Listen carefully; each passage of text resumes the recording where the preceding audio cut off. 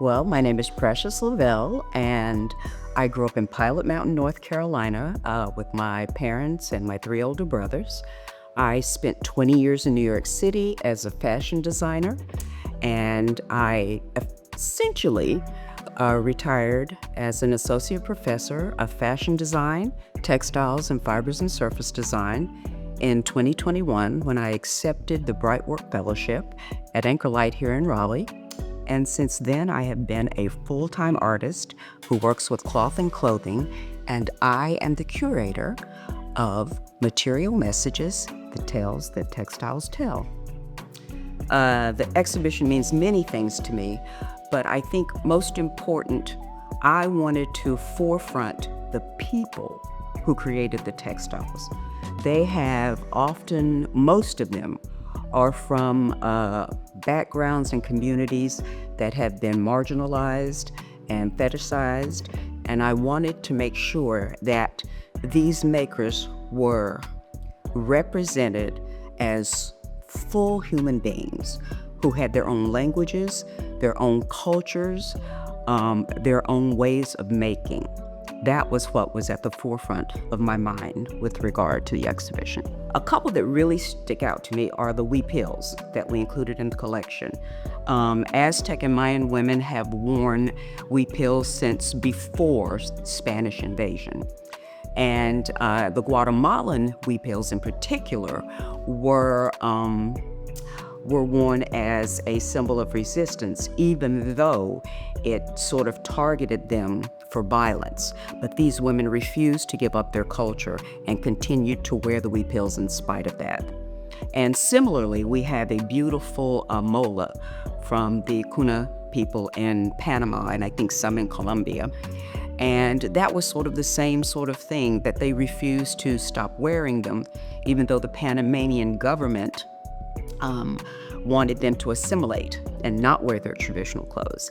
And it sort of started the Kuna Rebellion, which was in, 2025?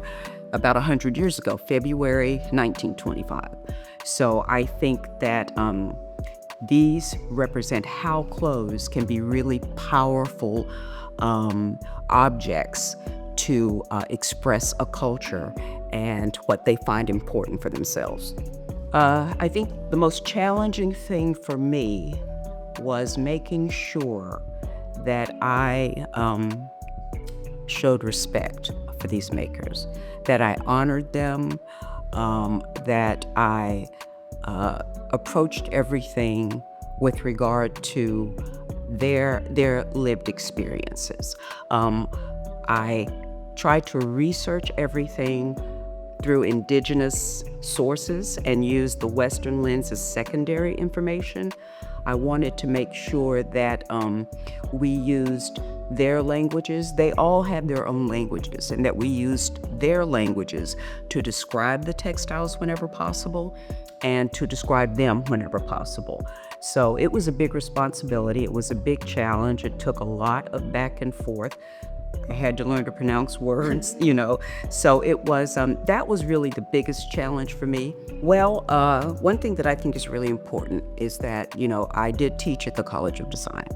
And I think with regard to any studying or program that a student is in, it's meaningless to take something on without understanding the past. You have to have knowledge of the past. And I'll use a textile reference. We had a piece in this exhibition. It was a piece of Adinkra cloth.